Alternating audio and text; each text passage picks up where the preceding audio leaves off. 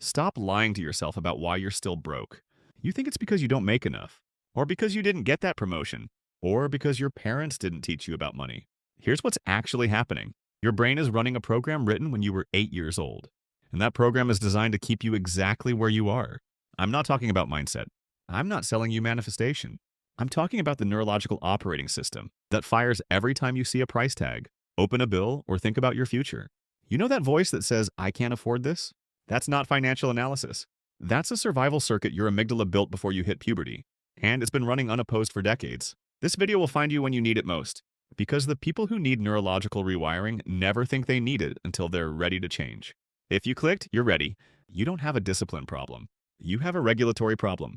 Your prefrontal cortex, the part that plans, delays gratification, and thinks strategically, gets hijacked every single time money triggers your amygdala. And here's the part nobody tells you, that hijacking happens in under 200 milliseconds, faster than conscious thought.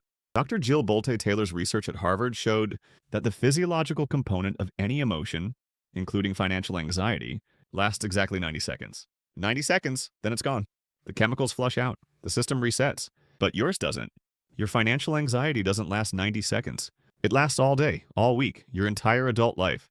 Because you're not feeling the emotion. You're re-triggering it with the same thought loop thousands of times. I can't afford this. I'll never have enough. I'm bad with money. Each repetition fires the circuit again, releases the cortisol again, reinforces the Hebbian pathway again. Neurons that fire together wire together. And your neurons have been firing the financial scarcity pattern so many times it's become your brain's default mode network. That's not a character flaw, that's neurology. When your brain predicts financial threat, it doesn't ask your prefrontal cortex for a nuanced risk assessment. It activates the same survival circuit that kept your ancestors from getting eaten by predators. That circuit doesn't care about your retirement account. It cares about keeping you alive right now. And right now looks a lot like staying small, avoiding risk and never making the financial move that might actually change your life. Let me describe your last 6 months. You got a small raise, not life-changing, but something. Your first thought wasn't, how do I deploy this strategically? It was, finally I can breathe a little. You used it to stop feeling so strangled. You didn't invest it. You didn't automate it into a system. You absorbed it into your current lifestyle like water into sand. 3 months later, you felt exactly as broke as before. Or this, someone offered you a side opportunity, freelance work, a chance to build something. Your brain immediately ran a catastrophic simulation. What if I fail? What if I look stupid? What if I can't deliver? You didn't say no consciously. You just didn't follow up, let the opportunity quietly die. Told yourself you were being realistic. Here's what actually happened. Your amygdala perceived novelty as threat, uncertainty as danger. It flooded your system with cortisol, and loss aversion kicked in. Kahneman and Tversky's research shows we feel losses 2 to 2.5 times more intensely than equivalent gains.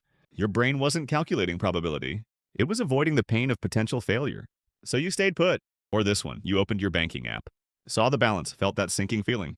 And instead of investigating, instead of auditing the pattern, you closed the app and distracted yourself. Scrolled Instagram, watched YouTube. Your default mode network kicked in and served you the same narrative it always does. You're just not good with money. That last one is the most insidious. Because it's not true. You're not bad with money. You're regulated by a system that was built to keep you safe, not wealthy. And safe in your brain's language means predictable. Even if predictable means broke. Here's what's happening inside your skull. Your amygdala, an almond-shaped cluster in your limbic system, is your brain's threat detection system. It's fast, automatic, and evolutionary ancient. It doesn't think, it reacts. Every time you encounter a financial decision, your amygdala runs a pattern match against your entire history. It asks, have we seen this before? What happened last time? If your childhood was financially unstable, even mildly, your amygdala tagged money as a threat category. If your parents fought about money, your amygdala encoded financial risk as relational danger. If you tried something once and failed, your amygdala filed that under avoid. Now picture this. That pattern was encoded through Hebbian learning. Repetition strengthens the synapse. You've thought, I can't afford this thousands of times. Each time, the neural pathway got a little deeper, a little faster, a little more automatic. Now it's not even a thought, it's a reflex. Neuroplasticity research, Carol Dweck's work, Michael Merzenich studies, shows this is reversible. Your brain can rewire. But here's the uncomfortable part. It won't rewire by accident. It won't rewire because you read a book or listen to a podcast. It rewires through deliberate, repeated pattern interruption. You have to catch the old circuit mid-fire and manually redirect it over and over until the new pathway becomes the default. That's not inspiration, that's repetition. That's the same mechanism that built the problem in the first place, deployed in reverse. Here's the protocol you start today. Step 1, the 90-second financial reset.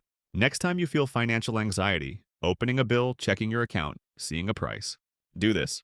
Stop, don't react, don't distract, don't close the app. Place one hand on your chest. Notice the physical sensation, tightness, heat, nausea. Name it out loud. This is cortisol, this is my amygdala. Then count to 90 while breathing. 4 counts in, 7 count hold, 8 counts out. Let the chemicals flush. You're not suppressing the emotion, you're outlasting it. Neurologically, the wave will pass in 90 seconds if you don't re-trigger it. This is your pattern interrupt. You're teaching your prefrontal cortex that financial information is not a predator. Step 2, third-person financial dialogue. Your inner monologue is first person. I can't do this, I'm broke, I always fail. That activates your emotional limbic system. It fuses you to the feeling. Try this instead. Use your own name out loud if possible. Your name has handled uncertainty before. Your name is learning a new system. Your name can sit with discomfort without collapsing. Michigan State research shows this activates your dorsolateral prefrontal cortex, the same region you use to advise a friend. You access your own wisdom instead of your own fear. This isn't affirmation, it's neurological distancing. You're separating the observer from the observed. Step 3, mental contrasting for financial goals. Visualization alone fails. Dr. Gabriele Oettingen's research proves it. Positive fantasies feel so good they reduce the motivation to act. So here's the real structure. First, visualize the outcome, not vaguely, must specifically. I have $5,000 in an emergency fund. I open the app and see it. I feel calm. Next, identify the obstacle, the real one. I'll want to spend it. I'll feel deprived. I'll justify exceptions. Then create an if-then plan. If I feel deprived, then I'll transfer $20 to a guilt-free spending account and spend it intentionally. That's mental contrasting, hope plus obstacle plus plan. It's how your prefrontal cortex actually works. Step 4, build your anti-fragile financial exposure. Anti-fragility means you get stronger from small stressors. You don't avoid discomfort, you dose it strategically. Start here this week, do one financially uncomfortable thing that won't wreck you. Call your credit card company and negotiate a rate. Check your credit score. Open that unopened bill. Not all of them, one. Your amygdala will scream, let it. You're rewiring the association. You're proving that exposure doesn't kill you. Next week, another one. You're building tolerance. Muscles grow under load. So does financial courage. Step 5, the Stockdale financial paradox. This is your sustainable mindset. Brutal honesty about the present, unshakable faith in the outcome. Right now, I'm broke. I don't know when that changes. I'm not pretending it's fine. And I am absolutely committed to learning financial regulation no matter how long it takes. I will not quit. Both truths held simultaneously. That's the Stockdale paradox. It prevents delusional optimism and prevents despair. It's the only mindset that survives long rewiring. This isn't a weekend project. This is your next 18 months, maybe 24. And you don't know the exact timeline, but you know the direction. Imagine waking up next Saturday. Same apartment, same car, same bank account balance. But something is different. You open your banking app, and instead of that sinking dread, you feel curiosity. Not because you're rich, but because the old circuit didn't fire. You see the number and your brain doesn't flood, doesn't collapse, doesn't run. It just observes. And then it asks, what's the next right move? That's what neurological rewiring feels like. Not euphoria, not confidence, just the absence of the hijack. And from that quiet space, you start making different decisions. Small ones, repetitive ones, the kind that compound. You don't need to believe in yourself. You need to believe in repetition, in Hebbian learning, in neuroplasticity, in the 90-second rule. You need to believe that your brain is a system, not a sentence. And systems can be rewritten. If you subscribe to this channel, you're not subscribing to entertainment. You're opting into a protocol, a deliberate rewiring process. Most people won't do it. Most people will watch this, feel briefly inspired, and return to autopilot by tomorrow. Their default mode network will restore the old program like nothing happened. But if you stay, if you keep coming back, keep practicing the pattern interrupts, keep catching your amygdala mid-hijack, you will rewire. Not because you're special, because you're consistent. This video found you when you needed it most. Not by accident, because your brain is finally ready to run a different program.